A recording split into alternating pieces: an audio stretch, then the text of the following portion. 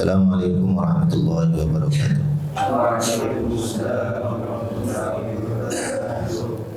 Bismillahirrahmanirrahim. Alhamdulillahirabbil alamin.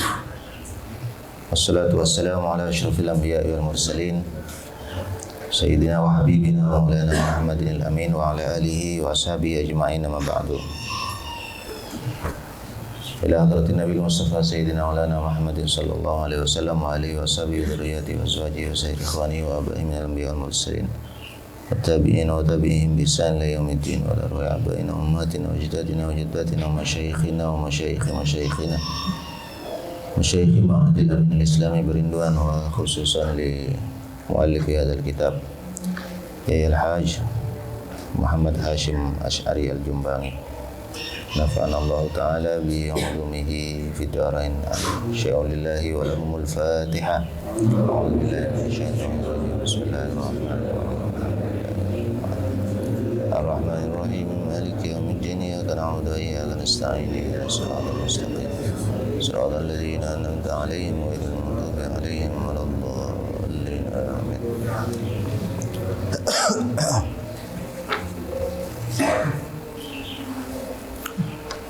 Tayyib al-Asatidah, mungkin ada di antara antum yang baru pertama ini di pengajian kitab Adabul Alim wal Muta'allim. Karena itu di kesempatan pertama ini saya akan menjelaskan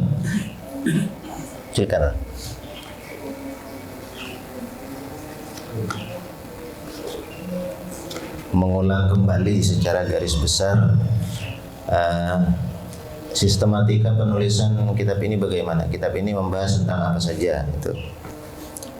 Nah, di kitab yang ditulis oleh Hadratus Syekh Kiai Hashim Asy'ari ini, sebagaimana terlihat dari judulnya, itu membahas tentang adabul alim wal muta'allim. Adabnya seorang alim, adabnya seorang muta'allim. Dulu kenapa kitab ini yang dipilih untuk dijadikan materi pengajian asatidz? Karena kita berharap dia memberi bekal gitu kepada kita dalam dua aspek sekaligus. Bagaimana adab kita sebagai seorang muta'allim. Jadi yang pertama dulu sudah kita lewati itu adab-adab muta'allim.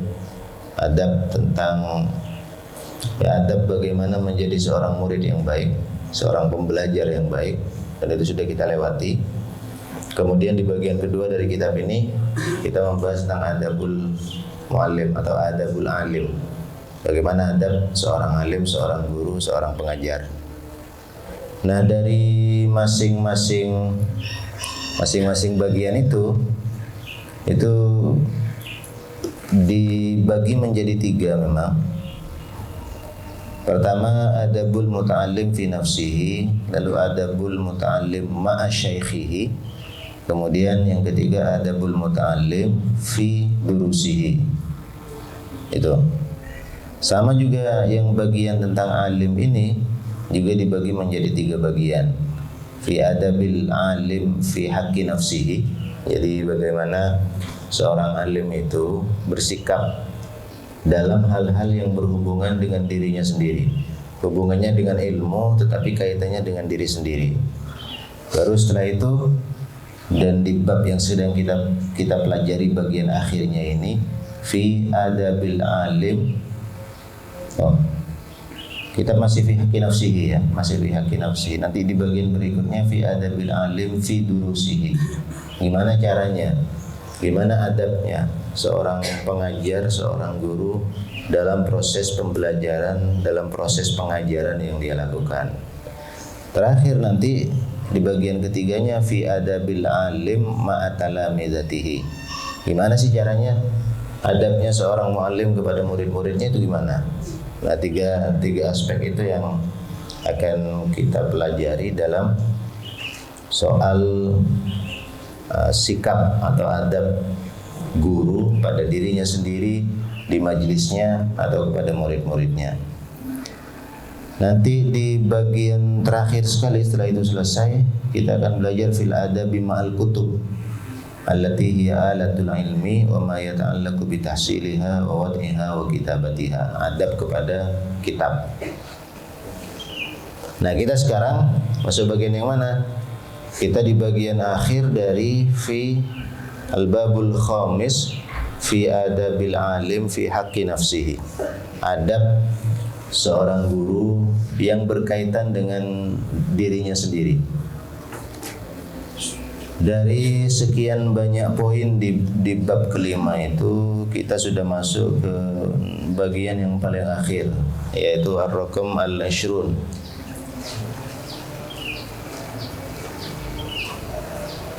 Misalnya di bagian yang kemarin yang kita baca di pertemuan terakhir kemarin, bagian ke-19 itu, di situ disampaikan bahwa seorang alim itu tidak boleh dengan sombong menolak untuk belajar kepada orang yang lebih rendah kedudukannya, lebih muda umurnya, atau bahkan dia tidak boleh malu untuk belajar kepada muridnya sendiri dalam berbagai ilmu yang dia tidak kuasai. Itu sifat seorang alim. Jadi kalau ada seorang guru, seorang alim yang merasa tahu segalanya, kemudian karena itu dia bilang bahwa saya tidak perlu belajar kepada orang-orang yang lebih rendah dibandingkan dengan saya tidak perlu belajar kepada murid-murid saya tidak perlu belajar kepada bawahan-bawahan saya, maka dia bukan seorang alim dalam pengertian yang sesungguhnya. Nah, di bagian terakhir ini al-ishrun, qala al-muallif rahimahullah ta'ala wa nafa'ana bi ulumihi fid dharain amin. Wal ishrun, poin ke-20, ayyashtagila, seorang alim itu hendaknya menyibukkan dirinya bitasnifi, untuk menghimpun, mengarang tulisan, wal jam'i, atau mengumpulkan bahan-bahan yang berserakan, kemudian menjadikannya satu dalam bentuk tulisan juga maksudnya di sini. Wa ta'lif, atau mengarang.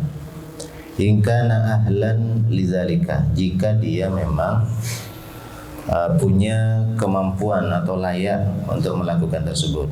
Jadi ini poin terakhir yang disampaikan oleh Kiai Hasyim Asy'ari di bagian adabul alim ma'a nafsihi.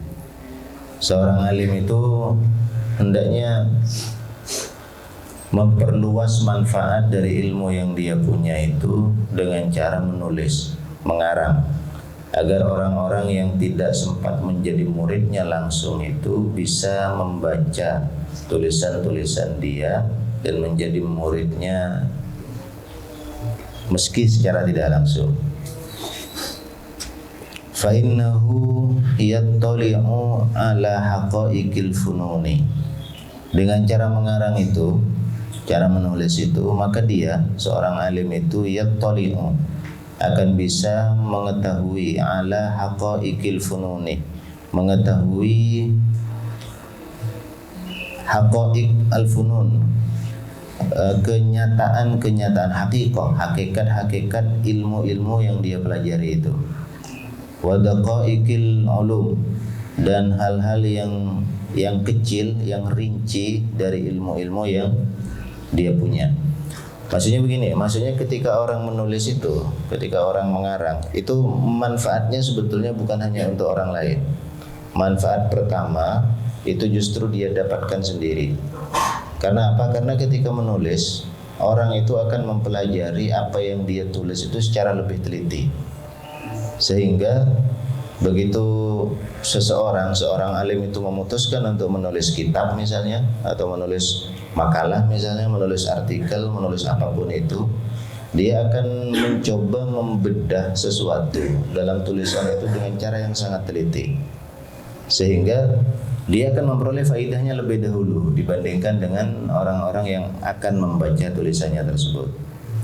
Kenapa demikian? Lil ihtiyaji, karena ketika menulis itu dia membutuhkan ila kasratit taftishi, dia membutuhkan banyak sekali memeriksa apa yang dia tulis. Ini benar apa enggak ya? Gitu.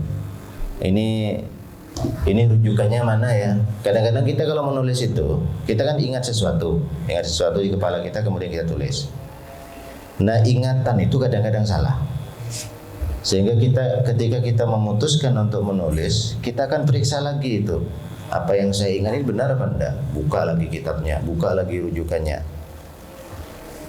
Kalau antum tidak menulis, ya tidak ada kesempatan untuk begitu. Antum lewatkan saja. Antum merasa bahwa ingatan antum benar, padahal boleh jadi itu salah gitu. Wal mutola'ah, membutuhkan banyak mutola'ah, banyak menelaah kitab. Wal muraja'ah, dan banyak melakukan muraja'ah, mengulang kembali apa yang sudah kita ketahui sebelumnya. Wa huwa kama qala al-Khatib al-Baghdadi, menulis itu seperti yang disampaikan oleh Imam Al-Khatib Al-Baghdadi, yuthbitul hifdha, itu pertama. Dia menguatkan hafalan. Wa yuzakki al-qalba, mencerdaskan hati. Wa yashhadu al-dhihna, dia menajamkan pikiran. Yashhadu itu menajamkan. Wa yujidul bayana, dan dia memperbaiki, menyempurnakan al-bayan. Al-bayan kemampuan menjelaskan kita terhadap sebuah persoalan. Wa yuksibu jamil dzikri, dan dia akan memberikan kepada kita jamil dzikri, ingatan yang baik atau kenangan yang baik. Jadi dengan menulis itu kemudian kita akan dikenang oleh orang lain dengan cara yang baik, karena abadi gitu. Abadi apa nama kita itu akan menjadi abadi karena kita menulis. Bukan abadi dalam pengertian kemudian tidak, tetapi dia akan lebih awet. Nama kita itu akan dikenang banyak orang dengan cara yang berbeda ketika kita menulis.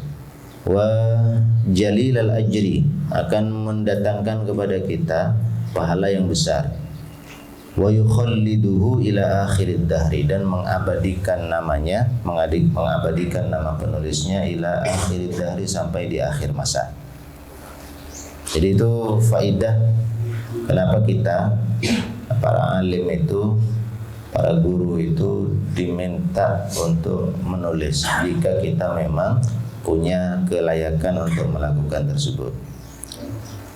Wal aula, yang paling utama itu ayyataniya bima ya'ummu naf'uhu, dia menulis tentang sesuatu yang ya'ummu naf'uhu, yang manfaatnya itu bersifat umum. Artinya dia menulis sesuatu yang oleh orang banyak itu bisa dirasakan manfaatnya. Wa taksurul hajatu ilaihi, dan banyak kebutuhan terhadap persoalan tersebut. Wa yatrukut tatwil al-mumillah, dan dia tinggalkan, dia tidak lakukan tatwil. Tatwil itu artinya bertele-tele, al-mumillah yang bikin bosan. Kalau nulis sesuatu itu jangan bertele-tele sehingga orang kemudian bosan membacanya. Wal ijazal mukhilla, tapi dia juga tidak boleh menulis sesuatu terlalu ringkas, sehingga karena saking ringkasnya itu kemudian dia bersifat mukhil. Mukhil itu artinya ghairul wafi, tidak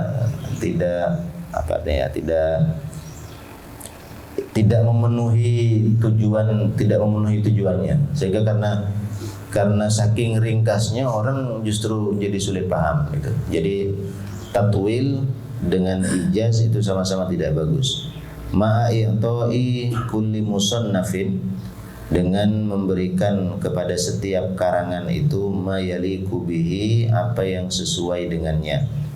Wala yukhriju tasnifahu, dan dia tidak mengeluarkan karangannya itu min indihi, dari dirinya, qabla tahdzibihi, sebelum diseleksi oleh dia, wa tikrarin nadhari fihi, mengulang-ulang dibaca, diperiksa berulang-ulang, wa tartibihi, dan disusun dengan baik.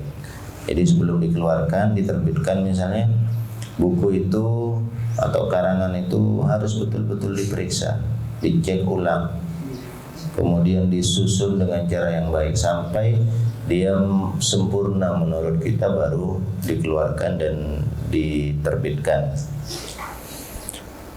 Wa minan nasi, ada sebagian orang Ada Kiai Hasyim Asy'ari mayyungkirut tasnifa, yang mengingkari atau menolak at-tasnif wa ta'lif, mengarang fi hadzal zaman, di zaman kita ini, ala man zaharat ahliyatuhu, bahkan jika itu dilakukan oleh orang yang zaharat ahliyatuhu, sudah jelas keahliannya, kecakapannya, wa urifat ma'rifatuhu, dan terkenal pengetahuannya. Jadi ada orang-orang yang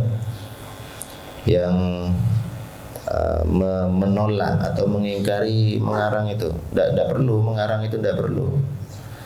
Jadi orang-orang yang seperti ini biasanya menganggap bahwa mengarang itu bisa melemahkan, atau buku itu, ini mungkin di zamannya Kiai Hasyim Asy'ari atau sebelumnya, menulis itu dianggap oleh orang-orang tersebut sebagai sesuatu yang bisa mengurangi semangat orang untuk belajar. Yang ceritakan misalnya, jadi itu sebuah pendapat yang kadang-kadang dimiliki oleh sebagian orang. Dulu ada seorang hadis, ulama hadis itu menulis kitab hadis. Lalu beliau, karena ini di abad awal, abad keempat Hijriah saya kira, menulis kitab itu. Dan beliau susun kitab tersebut dengan cara yang sekiranya orang-orang itu tidak mudah mencari hadis kalau baca kitab tersebut. Jadi orang kalau nulis kitab itu kan biasanya tujuannya kitab ini mudah dibaca, orang kalau memerlukannya bisa mencari hadis dengan cara yang mudah. Maka Imam Bukhari misalnya menulis kitab per bab itu kan, bab apa. Imam Ahmad menulis kitab Musnad, bukan per bab memang, tapi per nama sahabat. Hadisnya Abu Bakar dikumpulkan di satu tempat, hadisnya Umar dikumpulkan di satu tempat, hadisnya Abu Hurairah dikumpulkan di satu tempat, dan seterusnya. Masih ada lah, gampang untuk mencari. Jadi antum kalau ingat, oh hadis ini yang meriwayatkan itu sahabatnya Umar bin Khattab, tapi antum nggak tahu di bab apa itu, carinya di kitab Musnad Ahmad Ibnu Hanbal. Cari di situ, karena di situ sudah dikelompokkan hadisnya berdasarkan nama-nama sahabat yang meriwayatkannya. Nah, ada ulama hadis itu yang menulis kitab tidak dengan sistematika seperti itu. Memang dia sengaja nulis kitab itu untuk bikin bingung membacanya. Dia bilang begini, orang-orang itu kalau dimudahkan dia untuk belajar hadis, mencari hadis dalam kitab-kitab yang ditulis, dia nggak akan belajar itu. Dia nggak akan hafalkan hadis-hadis itu. Jadi kitab itu dia bikin dengan cara yang sedemikian rupa, sehingga orang-orang kalau tidak pernah hafal hadis itu sebelumnya, dia akan susah itu nyari di kitab itu. Nah ini salah satu mengapa sebagian ulama itu tidak suka ilmu itu ditulis, dibaca, ditulis, dicetak, kemudian disebarkan kemana-mana. Itu salah satu alasannya begitu, karena itu akan melemahkan semangat orang untuk belajar.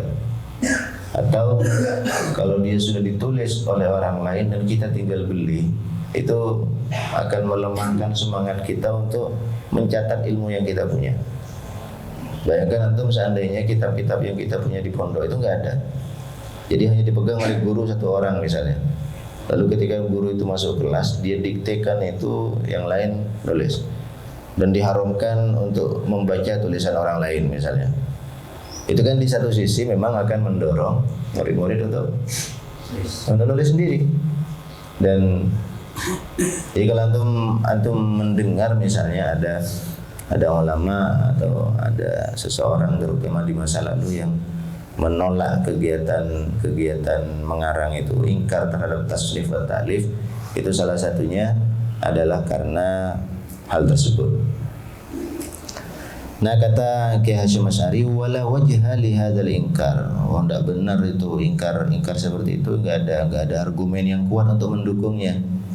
Illa tanafusa baina ahli al-a'sar, kecuali itu didorong oleh tanafus, persaingan baina ahli al-a'sar, di antara sebagian di antara penduduk penduduk yang hidup di masa yang sama, di antara ulama yang hidup di masa yang sama.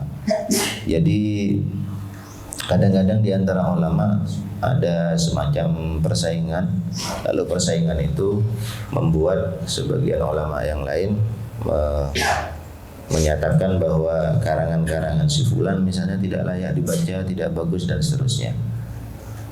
Wa illa, yang sesungguhnya itu kata-kata Hasyim Asy'ari, faman tasarrafa fi midadihi, orang yang menggunakan tintanya, wa waraqihi, dan kertasnya, bi kitabati ma yasha'u, untuk menulis apapun yang dia kehendaki, min asy'arin, baik dalam bentuk syair-syair, atau hikayatin, atau kisah-kisah mubahatin yang mubah, atau ghairi dzalika la yunkaru alaihi. Orang yang menulis syair saja atau menulis cerita-cerita saja, itulah yunkaru alaihi kok, enggak diingkari, enggak dimarahi, enggak ditolak juga kok. Fa idza tasarrafa fihi, kalau dia menggunakan keduanya ini kembali kepada midad dan waraq tadi, tinta dan kertasnya, bitaswidi, taswid mana kitabah, bitaswidi, untuk menulis ma yuntafa'u bihi, sesuatu yang bisa bermanfaat, min ulumi syar'i, dari ilmu syariat, wa alatiha, dan ilmu-ilmu alat, fa'aula alla yunkar alaihi, maka lebih utama bagi dia untuk tidak diingkari. Artinya kalau orang nulis syair, nulis cerita, nulis novel saja dibolehkan, silahkan kamu tulis.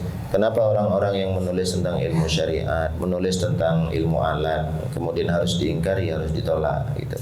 Jadi tidak ada argumen yang kuat, kata Syekh Hasyim Asy'ari ini, untuk menolak kegiatan mengarang, tasnif, ta'lif yang dilakukan oleh para ulama yang memang layak untuk melakukan tersebut. Amma man la yata'ahhalu lidzalika, sedangkan orang-orang yang tidak ahli, tidak memiliki keahlian, tidak memiliki kecakapan dan kemampuan lidzalika, untuk melakukan tasnif tadi itu, fal inkaru alaihi muttajihun, maka pengingkaran atau penolakan terhadap kegiatan menulis olehnya, oleh orang yang tidak memiliki kemampuan itu, muttajihun, ya memang benar berarti. Bukan karena kegiatan menulis itu tidak baik, tetapi karena dia memang tidak layak menulis. Kenapa demikian? Lima yatadammanuhu minal jahli, karena kegiatan menulis bagi orang-orang yang belum layak itu ya termasuk al-jahl, bahwa tulisan itu nanti akan mengandung, memperlihatkan kebodohannya. Wa taghriri man yaqifu alaihi, dan itu akan menipu orang yang membacanya. Buku itu diterbitkan misalnya, sudah ditulis, sudah dicetak, yang nulis sebetulnya tidak ahli dalam bidang tersebut. Nah itu akan menipu orang yang membacanya. Dia kira, oh ini buku sudah terbit, ini berarti otoritatif, bisa digunakan sebagai rujukan. Ternyata ditulis oleh orang yang tidak ahli, yang tidak layak untuk menulisnya. Maka yang membaca itu kemudian akan tertipu dengan buku tersebut. Wa yada'ul itqana alladhi huwa ahra bihi, dan dengan menulis seperti itu, orang yang belum layak menulis kemudian mengarang itu, maka dia yada'u al-itqan, dia meninggalkan al-itqan. Al-itqan itu artinya menguasai ilmunya hingga tingkat yang paling maksimal, alladhi huwa ahra bihi, yang seharusnya lebih layak untuk dia lakukan. Jadi maksudnya kalau dia menulis padahal dia belum layak untuk melakukan itu, yang seharusnya lebih layak untuk dia lakukan ada al-itqan itu. Dia teliti betul ilmunya, dia pelajari betul ilmunya sampai dia betul-betul matang, baru saat itulah dia layak untuk menulis. Kalau dia sudah menulis duluan, maka dia akan meninggalkan proses itqan tadi itu. Dia merasa bahwa saya sudah ahli, saya sudah bisa menulis, sudah muncul tulisan saya ini. Dorongan untuk memperdalam lagi ilmu yang dia punya kemudian menjadi hilang, menjadi berkurang, karena dia terlalu awal untuk menulis atau mengarang sesuatu berkaitan dengan ilmunya tadi. Jadi selesai kita di pertemuan ini tentang bagian adabul alim ma'a nafsihi. Nah, kita akan masuk ke bagian berikutnya di pertemuan yang akan datang, yaitu adabul alim fi durusihi. Bagaimana seorang alim itu bersikap ketika dia sedang mengajar. Nah, ini penting saya kira buat antum untuk dijadikan rujukan atau pedoman apa yang harus antum lakukan, adab-adab apa yang harus antum jaga ketika antum sedang mengajar. Terima kasih. Nakhtim bi kafaratil majlis. Subhanallahumma wa bihamdika, la ilaha illa anta, astaghfiruka wa atubu ilaik.